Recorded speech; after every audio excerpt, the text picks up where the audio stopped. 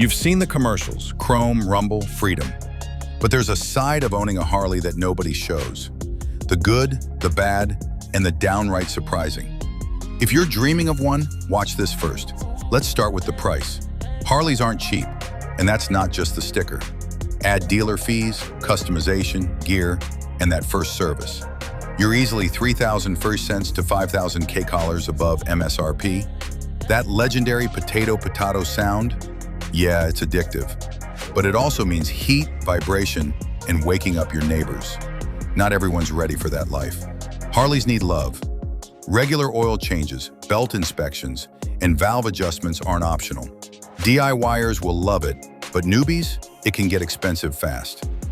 Harleys shine on long roads, especially tourers like the Road Glide or Electroglide.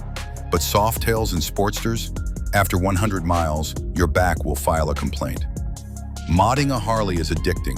Pipes, bars, seats, bags. The aftermarket is endless, but be warned. One mod leads to another, and suddenly you've spent $5,000 more.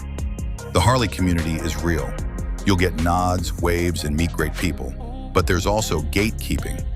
Ride the wrong model or wear the wrong gear, and some won't count you in.